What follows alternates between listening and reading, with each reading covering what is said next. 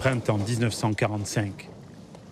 Alors que l'Allemagne nazie est sur le point de capituler, la guerre dans le Pacifique atteint son paroxysme.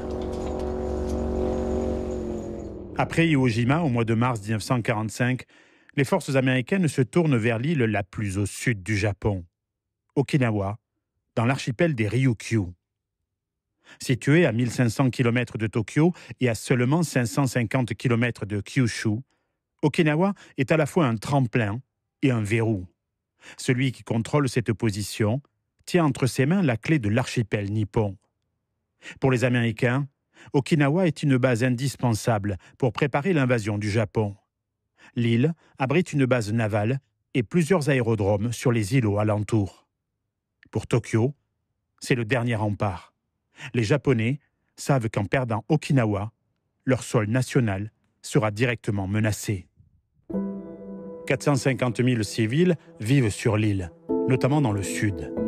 Ils font partie de l'ethnie Ryukyu, très différente culturellement des Japonais.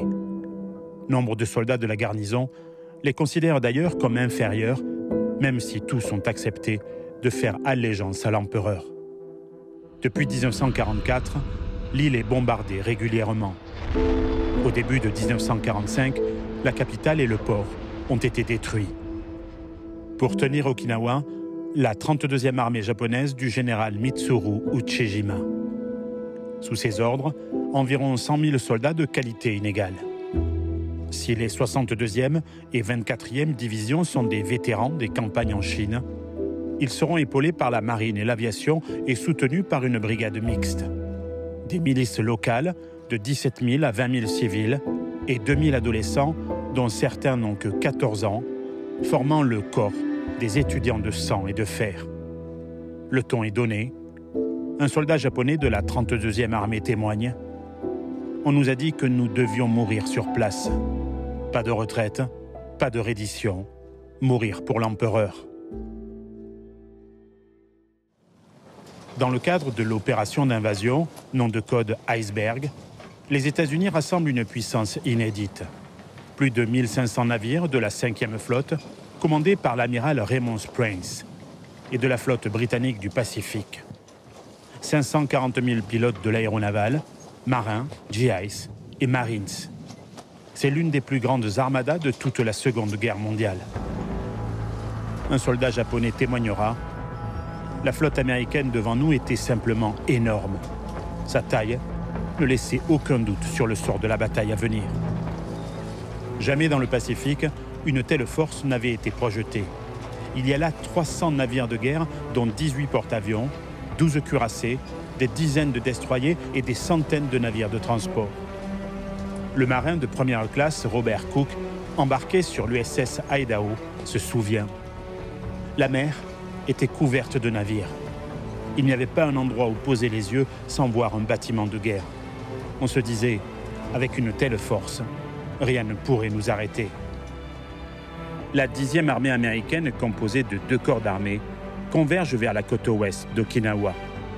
Le 3e corps amphibie, composé de la 1e et de la 6e division de Marines, soit 88 000 hommes, et le 24e corps, avec la 7e et la 96e division d'infanterie, représentant pas moins de 100 000 GIs, devront débarquer sur une plage de 13 km située à l'ouest de l'île.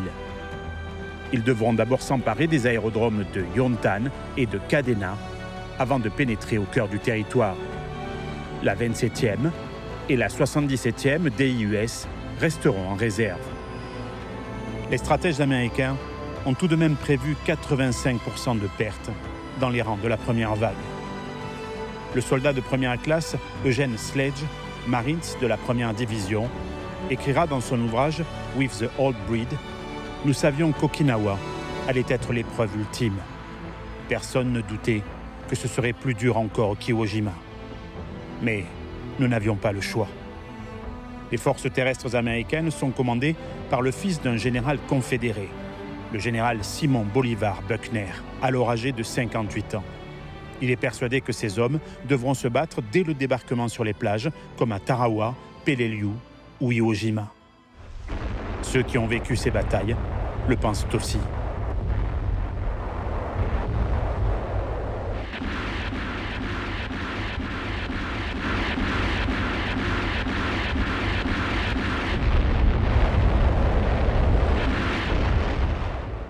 Le sergent William Manchester, de la 6e division de Marines, témoignera plus tard. « Nous pensions que les Japonais nous attendraient sur la plage. Je n'ai jamais connu une telle tension. On s'attendait à être fauchés en sortant des barges. » Pourtant, contre toute attente, lorsque les 4 divisions débarquent à 8h30 du matin ce 1er avril 1945, l'ennemi reste silencieux. Quelques tirs sporadiques, mais pas de bombardement massif, pas de contre-attaque. Les Marines et les GIs avancent presque sans opposition. Le célèbre correspondant de guerre, Ernie Pyle, qui avait couvert les campagnes en Afrique du Nord, en Italie et suivi le débarquement allié en Normandie, écrit « Je n'avais jamais vu une plage d'invasion comme celle d'Okinawa. Il n'y avait ni mort ni blessés dans tout notre secteur. Le carnage quasi inévitable lors d'une invasion était merveilleusement et magnifiquement absent. » Eugene Sledge se souvient. C'était presque irréel. Après les carnages de Peleliu et d'Iwo Jima, nous ne comprenions pas. On se demandait où ils étaient. Pourtant, les Japonais sont bien là. Le général Ushijima voulait laisser les Américains s'enfoncer pour les user ensuite dans une défense en profondeur. Un officier nippon de la 32e division écrit dans son journal « Nous avons reçu l'ordre de ne pas tirer. Il fallait attendre qu'ils s'enfoncent dans l'île pour mieux les briser. »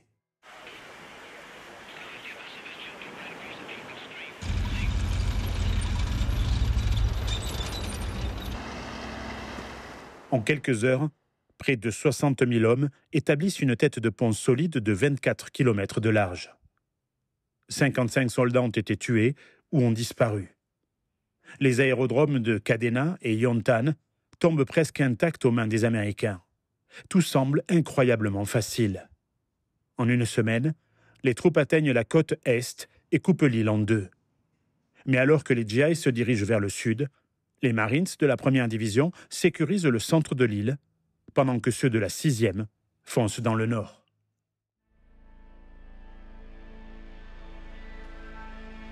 Dans un premier temps, les Marines de la 6e division rencontrent peu d'opposition. Mais entre le 6 et le 9 avril, la situation se durcit lorsqu'ils atteignent les lignes japonaises dans la péninsule de Motubu et la région de Nagakuzuku. La 6e division de Marines encercle la péninsule dès le 7 avril. Et le 13 avril, le 2e bataillon du 22e régiment atteint le cap Edo, à l'extrême nord. Les forces japonaises du général Takeido Udo, regroupées autour du mont Yaedake, opposent une résistance acharnée dans un terrain montagneux et boisé. Les Marines finissent par s'en emparer le 18 avril. Le bilan est lourd. 2500 Japonais tués, seulement 46 prisonniers, contre 236 morts et 1061 blessés américains. Parallèlement, le 16 avril, la 77e division d'infanterie débarque sur l'île voisine d'Iejima, au large de la côte ouest. Les combats y sont intenses. Les Américains affrontent non seulement des soldats, mais aussi des civils armés de lances. Le correspondant, Ernie Pyle, y est tué. L'île est sécurisée le 21 avril, au prix de 5500 Japonais tués sur 7500 défenseurs. Iejima devient aussitôt une base aérienne pour les futures opérations contre le Japon. À la fin du mois d'avril, le nord et le centre d'Okinawa sont entièrement sous contrôle américain. Les Marines reçoivent l'ordre de se replier vers le sud, où leurs camarades des 77e et 96e divisions de l'US Army ont bien besoin d'eux.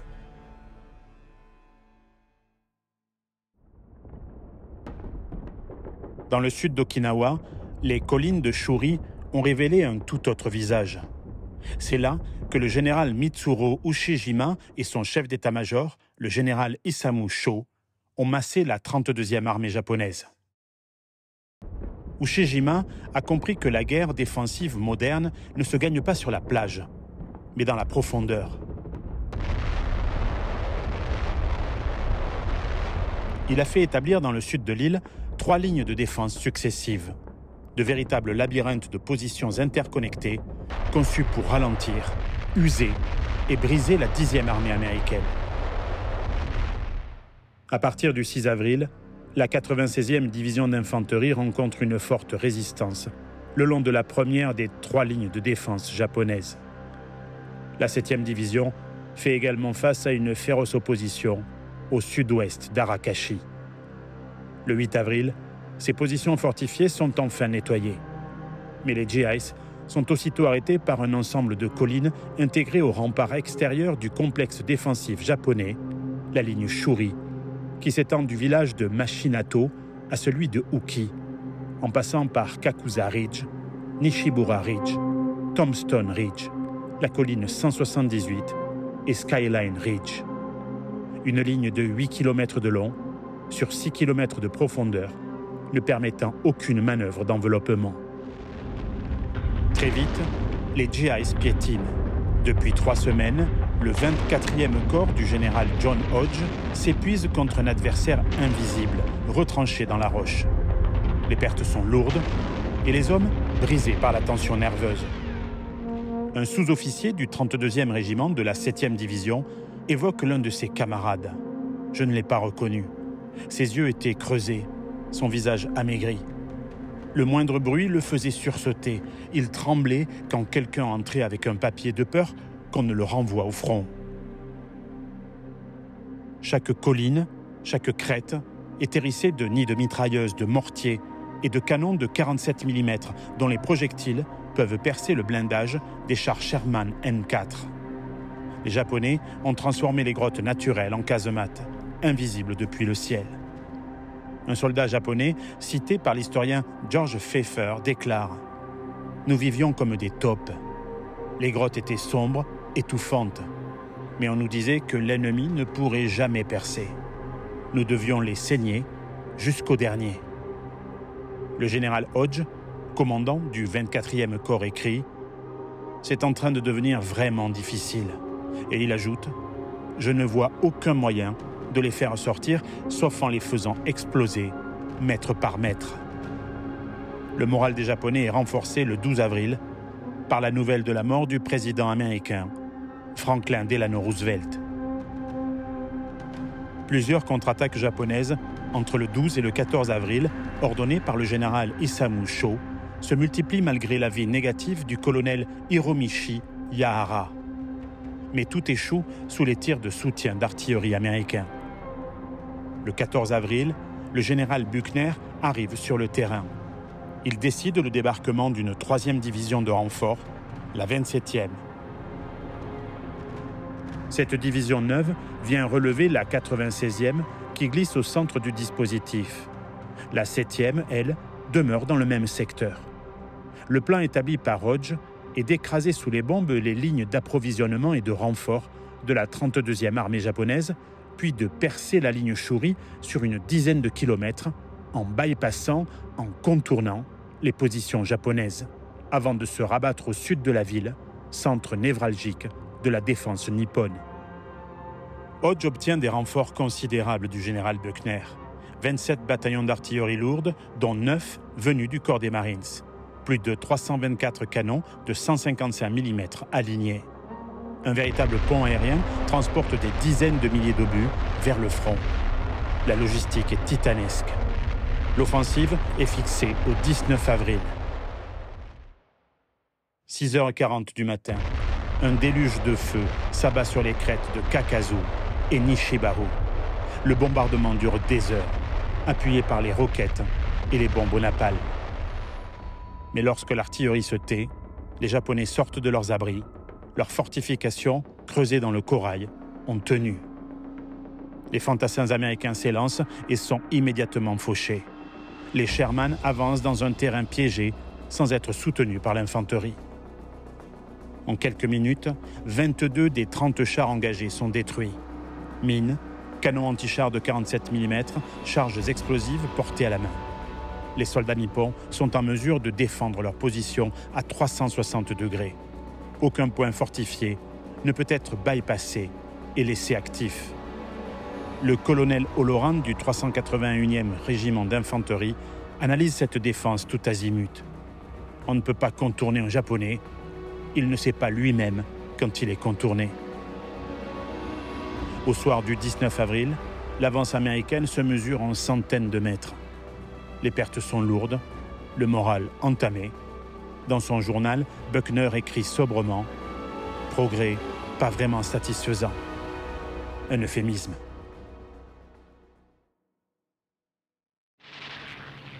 Tandis que la 10e armée américaine s'embourbe dans les collines de Shuri, une autre menace frappe en mer.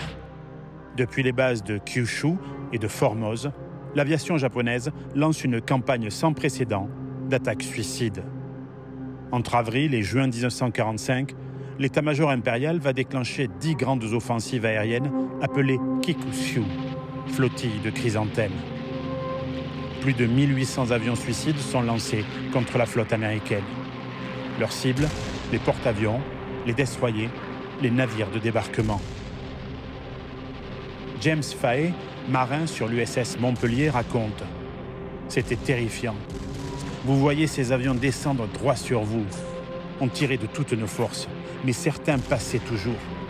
Quand ils touchaient un navire, c'était comme si tout explosait en enfer. Les pertes sont lourdes. Plus de 30 navires américains sont coulés, près de 225 endommagés. 1000 marins sont tués ou blessés. Les pertes les plus importantes pour l'US Navy depuis Pearl Harbor.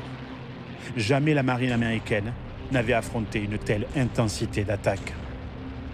Le vice-amiral Richmond Kelly Turner admettra plus tard « Les kamikazes furent la tactique la plus effrayante que nous ayons rencontrée dans le Pacifique. » Pour les pilotes japonais, c'est un sacrifice présenté comme le plus grand honneur. Des jeunes hommes de 17 à 22 ans, formés en à peine quelques semaines, envoyés dans un aller simple contre les navires américains. Pour la marine américaine, ces attaques sont un cauchemar permanent. Chaque approche aérienne peut être mortelle, mais malgré les pertes, l'armada tient bon et maintient le soutien vital aux troupes à terre. Le 6 avril, le super cuirassé Yamato quitte son port d'attache japonais pour un voyage sans retour. Il doit s'échouer sur Okinawa pour se transformer en bunker géant. La flotte américaine le repère à mi-chemin dès le 7 avril et les Grumman Avenger et les bombardiers en piqué Dauntless de la Task Force 58 coulent le fleuron de la marine japonaise et ses 3000 hommes d'équipage.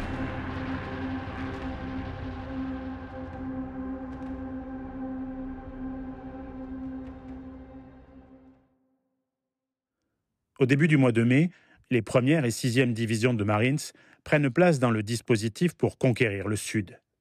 Le général Geiger et l'amiral Turner suggèrent au général Buckner un second débarquement à l'est, sur Minatoga, pour prendre l'ennemi à revers. Mais le patron de la 10e armée refuse. Les plages sont trop petites, trop exposées, les récifs infranchissables. Le souvenir d'Enzio, ce désastre d'un corps d'armée immobilisé sous le feu allemand en Italie, le hante. Buckner est prudent, trop peut-être, mais il veut vaincre en usant l'ennemi par le feu plutôt que de risquer une manœuvre incertaine. Pendant que les Américains réorganisent leurs lignes, le général Shaw, chef d'état-major de la 32e armée japonaise, persuade son supérieur, le général Ushijima, de lancer une grande contre-offensive. Malgré les réticences du colonel Yahara, seul partisan d'une stratégie défensive, l'assaut est déclenché dans la nuit du 3 au 4 mai. L'attaque japonaise, coordonnée avec les kamikazes de l'opération Kikusui numéro 5, tourne au massacre. Les vagues d'assaut, à découvert, sont broyées par l'artillerie américaine. Les unités navales japonaises tentent un débarquement sur les arrières américains, mais sont mitraillées en mer. En 24 heures, plus de 6000 soldats japonais sont tués, des dizaines de canons détruits et les réserves d'artillerie épuisées. Seuls, les kamikazes obtiennent quelques succès, 6 navires américains coulés, 12 endommagés, 750 marins tués. Pour l'armée japonaise, cette offensive inutile marque le début de l'effondrement. D'autant que les Américains déclenchent un déluge de feu. L'artillerie terrestre, les cuirassés et les porte-avions pilonnent les positions japonaises jour et nuit. Plus de 27 000 tonnes d'obus s'abattent sur Okinawa en quelques semaines, un record dans la guerre du Pacifique. Après le 4 mai, la bataille se transforme en guerre d'attrition totale. Les Américains doivent réduire les positions japonaises une à une, aux lance-flammes et à la charge explosive. Les méthodes changent. Les GIs et les Marines n'entrent pas dans les tunnels comme ils le feront plus tard au Vietnam. Ils forment de petits groupes d'assaut qui s'infiltrent, bourrent les tunnels d'explosifs, puis scellent les grottes à la dynamite. Les défenseurs sont emmurés, ils meurent étouffés ou brûlés vifs. Eugene Sledge, de la 1re division de Marines, décrira très bien ces combats. C'était comme avancer dans un piège géant. On ne voyait rien, mais on sentait qu'ils étaient là. Chaque pas pouvait déclencher une rafale ou une explosion. Un caporal de la 7e division se souvient. Quand on lançait les flammes dans une caverne, les cris, je les entends encore aujourd'hui. Mais si on n'agissait pas ainsi, c'est nous qui mourions. Un soldat japonais notera « Nous vivions au milieu des morts. L'air empesté, la soif nous brûlait. Mais on nous répétait que tenir une journée de plus, c'était retarder l'invasion du Japon. » De nouvelles armes font leur apparition. Canons sans recul M18 de 57 mm et M20 de 75 mm, lunettes infrarouges, détecteurs de son. Mais l'ennemi se bat toujours avec la même ténacité et les pluies torrentielles viennent compliquer considérablement l'avancée des troupes américaines. Les divisions américaines mettent la pression vers le sud. Sur la côte ouest, la 6e division de Marines affronte les terribles positions de Sugarloaf, Horseshoe Hill et Half Moon Hill. Pendant 7 jours, du 13 au 19 mai 1945, les Marines montent et redescendent la butte sous un feu constant. Un caporal se souvient « Je rampais par-dessus des Marines morts et des morceaux de Marines morts. » Un autre parle de l'odeur du champ de bataille, du sang, de la chair brûlée, de la putréfaction. Les collines de la région de Shuri deviennent le théâtre d'une guerre d'usure implacable. Le capitaine Robert Leckie de la 1re division de Marines décrira « Chaque colline était un enfer. On devait nettoyer bunker par bunker, grotte par grotte, et à chaque fois, il se repliait un peu plus loin. Les pertes sont effroyables. 2262 tués et blessés, 1289 cas de fatigue de combat. Les officiers tombent par dizaines. Un soldat témoigne « On ne connaissait nos lieutenants que par leur nom de code. Ils étaient tués en 2 jours à peine. » Au centre, la 1re division de Marines lutte à Dakeshi et Wana Ridge, dans la boue et les pluies torrentielles. La pluie transforme le champ de bataille en bourbier. Sledge écrit « Les combats étaient incessants. La pluie tombait, la boue montait jusqu'aux genoux. L'odeur des corps en décomposition, la peur des snipers. C'était un cauchemar qui ne finissait jamais. » À l'est, la 96e et la 7e division prennent Yonabaru après d'âpres combats et atteignent l'axe stratégique Nahar-Yonabaru. Le 6 mai, la 77e division d'infanterie s'empare de Hawksaw Ridge, où un soldat objecteur de conscience, Desmond Doss, sauve 75 de ses camarades sous le feu ennemi et sans jamais porter d'armes. Il recevra la Medal of Honor et fera l'objet en 2016 d'un film de fiction saisissant de réalisme réalisé par Mel Gibson, Hawksaw Ridge. Tu ne tueras point, en français. Les Américains touchent enfin les abords de Shuri. Mais le 21 mai, les Japonais, épuisés, décident de se replier afin de prolonger la résistance dans le sud. Les blessés, incapables de marcher, se suicident ou sont empoisonnés par les infirmiers. La soldatesque japonaise entraîne avec elle des milliers de civils. À Okinawa, la guerre devient une machine à broyer. Une guerre d'usure où ni les bombes, ni les flammes, ni les sacrifices ne semblent suffire. Et au milieu de ce chaos, des vieillards, des femmes, des enfants. Au milieu de l'enfer d'Okinawa, plus de 450 000 civils sont pris au piège. Les habitants n'ont nulle part où fuir. Les villages sont rasés par les bombardements, les grottes deviennent des abris précaires et souvent des tombeaux. Les autorités japonaises ont enrôlé de force des dizaines de milliers d'hommes dans des unités auxiliaires. Les écoliers de 14 à 17 ans sont mobilisés dans les Iron and Blood Student Corps. Les civils sont exhortés à mourir pour l'empereur plutôt que de se rendre. Shige Nagaodo, 15 ans en 1945, racontera On nous a remis des grenades et on nous a dit « Si les Américains approchent, utilisez-les contre eux ou contre vous-même ». Beaucoup d'enfants avaient peur, certains pleuraient en silence. Les combats font rage autour des zones habitées. Les familles se retrouvent coincées entre deux armées, les bombardements, les lance-flammes et les tirs de mortier ne font aucune distinction entre soldats et civils. Le major général Andrew Bruce de la 77e division d'infanterie témoigne « Je n'ai jamais vu une telle misère. Des familles entières affamées, couvertes de boue, sortaient des grottes les mains levées. Certains enfants étaient si faibles qu'ils ne pouvaient plus marcher. » La propagande japonaise martèle que les Américains tortureront et tueront les captifs. Beaucoup de familles terrorisées choisissent le suicide collectif, à l'aide de grenades distribuées par l'armée ou en se jetant des falaises d'Itoman et de Mabuni. À Okinawa, la population paie un tribut effroyable. C'est l'une des tragédies les plus sombres de toute la Seconde Guerre mondiale.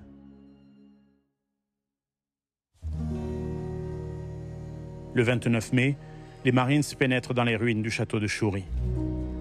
Un drapeau confédéré, puis la bannière étoilée, flotte sur la forteresse. La première division de Marines, originaire du Sud, célèbre une amère victoire. Eugène Sledge écrit « La pluie battante transformait tout en bourbier. Nous avancions dans la boue et les cadavres. Chaque colline semblait coûter une compagnie entière. » Tous les points stratégiques nippons sont tombés. Le général Buckner fait parvenir un courrier au général Uchishima pour arrêter un massacre qui devient inutile. Mais l'officier nippon ne donne pas suite. Son but de guerre reste toujours de tuer le plus de soldats américains possible. Début juin, la bataille se concentre dans le sud de l'île. Les 7e, 96e, 1e et 6e divisions américaines avancent sous la pluie vers les dernières collines, Yosa, Yaichu, Kunichi. Les Japonais n'ont plus que 30 000 hommes, épuisés, affamés. Le 13 juin, sur la péninsule d'Oruku, encerclé par 6 bataillons de Marines, l'amiral Minoru Ota et 2000 marins se font exploser dans leur galerie. Le 19, la côte sud d'Okinawa est finalement atteinte.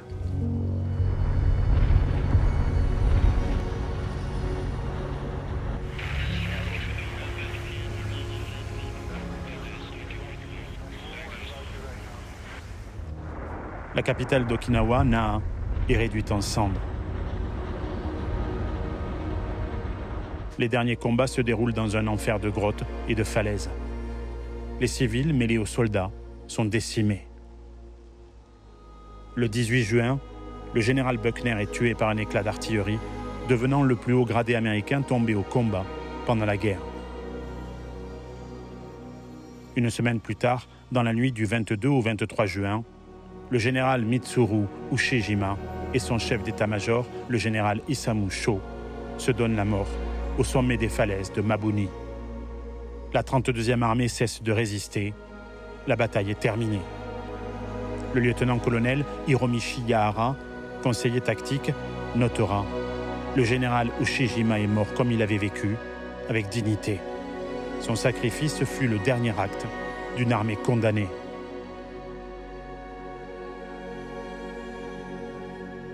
Le 22 juin 1945, après près de 3 mois de combat, Okinawa est aux mains des Américains qui ont tiré près de 30 millions de cartouches.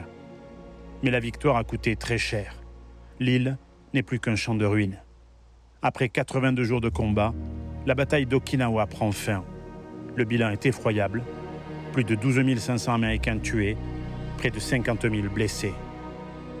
Côté japonais, environ 66 000 soldats morts. Les historiens estiment qu'il y a eu 140 000 victimes civiles, un peuple sacrifié, coincé entre deux armées. Le colonel Joseph Alexander de la 1re division de Marines dira « Okinawa fut pire que tout ce que nous avions connu. Chaque jour ressemblait à une éternité de sang et de souffrance. »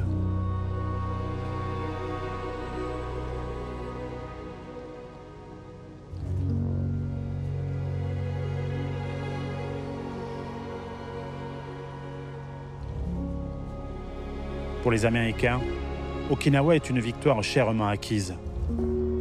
L'expérience de cette bataille convainc de nombreux responsables que l'invasion des îles principales japonaises coûterait très cher. Comme l'expliquera un officier, après Okinawa, nous savions que prendre le Japon par la force coûterait des centaines de milliers de vies. L'horreur d'Okinawa a directement pesé dans la décision de recourir à l'arme atomique. Truman et son état-major ont estimé qu'Hiroshima et Nagasaki seraient un moindre mal comparé à une nouvelle bataille d'Okinawa à l'échelle du Japon tout entier. Pour les habitants d'Okinawa, la guerre laisse des cicatrices profondes. Familles brisées, mémoires traumatisées, destruction presque totale de l'île. Une civile, survivante de Mabuni, témoigne en 1945. Quand je suis sorti de la grotte, tout n'était que ruine. J'avais perdu mes parents, mes frères. Je me suis demandé pourquoi j'étais encore vivante. À Okinawa, en 1945, s'est joué le dernier acte de la guerre du Pacifique. Une bataille qui annonçait Hiroshima et rappelait qu'aucune victoire ne vaut le sacrifice d'un peuple entier.